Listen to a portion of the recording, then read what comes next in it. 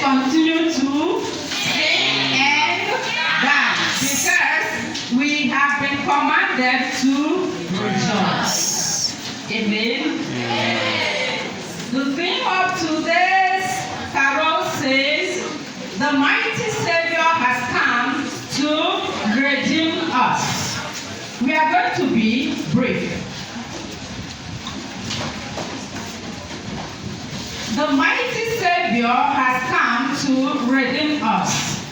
There are two sides of that sentence. The first side has an adjective and what? Noun. And we have to dwell firstly on the adjective so that we have good and clear understanding of the noun Redeemer. The adjective there is what? Mighty. The mighty Redeemer. The mighty Savior. When you talk about mighty, in the Hebrew it means what? Giver. Giver. If you translate it to English, it means what? Hero. A hero. Now, if giver means hero in English translation, the question now is, who is the hero? Who is a hero? In what setting do we pick somebody and say this person is a hero? It is in a difficult context. It is associated with what? Battlefield. It is associated with what? Patriotism. The prophecy of Isaiah captures it. The mighty Savior is in our midst. His name is what? Wonderful Counselor, the Everlasting Father, the Prince of Peace. Mentioning to us the attributes of what? A hero.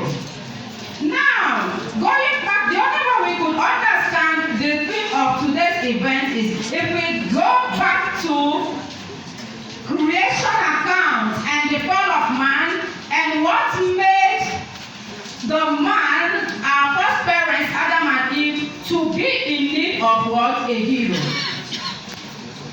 The salvation history will bring us into close relationship with this to have what? A mighty Savior in our midst, the Redeemer. Because after the creation account, remember God made the world so beautifully made. But after the sin of Adam and Eve, what happened? They were pursued from the Garden of Eden to languish. So man was faced with a dashed hope. And there became a need for somebody that will come to do what? Redeem man. When the principal was talking to us, he explained, he used a clear analogy of somebody who had to pay a price for a sin he did not commit in order to do what? Salvage a given situation. That's what happened. That man in context became what? A mighty hero because he was able to do what others cannot do. Now, since man has fallen short of the glory of God and man is dashed with hope, there became an urgent need for somebody that will redeem man. And the Trinitarian family, after their planning, agreed that they must send somebody. Now, when the search started, it was the son who said, "Here I am, Lord, send me." Then there was another search. We have gotten somebody that will redeem us. But who is worthy of bearing this child? A search was made in the country of Judah, and only one maiden was found worthy. And who is that person?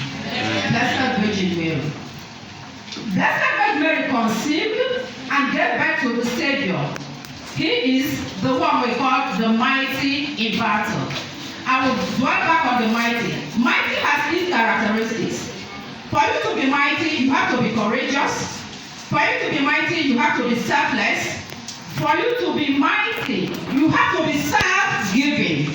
These are the attributes that made the Son worthy of getting that name, mighty. Now, being mighty is not enough. What has this mighty person come to do in our midst?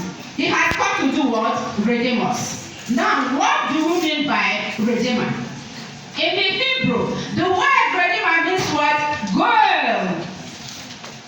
Goel. Goel is associated with somebody that takes the responsibility of saving someone who has committed a crime. And a goel is regarded as what? An avenger.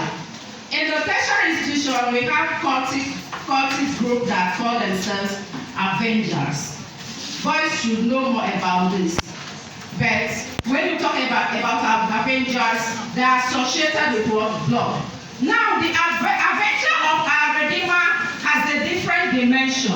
The dimension of this God in our own history is the person that did not commit an offense, but accepted to take the responsibility of the offenses committed by others. That's what our Redeemer did for us. Now, when you join the two words, mighty Savior, our mighty Redeemer, what does that mean for I and you? Jesus has these two attributes. He is mighty. He has the redeeming capacity. He has come to us. He has accepted us the way we are. He has accepted our sinful nature. What did he do? He emptied himself. He accepted to die that I and you may live. But he gave us a command. And that command he gave us is this: that which I have done to you, go and do the same to others. The question now becomes, as people who are privileged from the redeeming activities of the Savior, what are we going to do? That's the question. We have benefited from this gesture of the Lord. What are we going to do? Could you trace any of the attributes of the Savior that we can say, Lord, since you have done this for me, I have to participate by becoming a co-redeemer in this salvific mission? I will tell you one thing.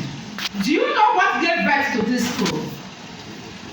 Do you know the reason why, for instance, the tertiary section, do you know the reason why we are in existence?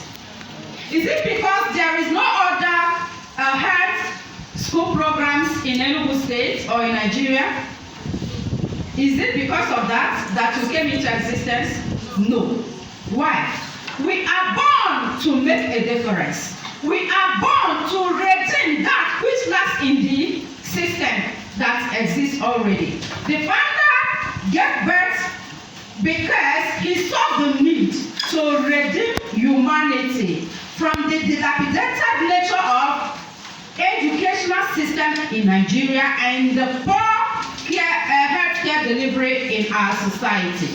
And that's why, if you watch your handbook very well, you will discover that you are existing not just as a community health extension worker or a pharmacy technician or an MLT like other departments in the state, but you have come to make a difference. How do you make a difference? You make a difference by doing that which others ordinarily would not have done. How do you make a difference? For instance, you go for your what do you call it? Posting. And you know how caring our health officers are. How wonderful they are in attending to patients. That after visiting, you might even long to visit again because of the kind of care nature you received from health officers in various clinics. You have experienced that.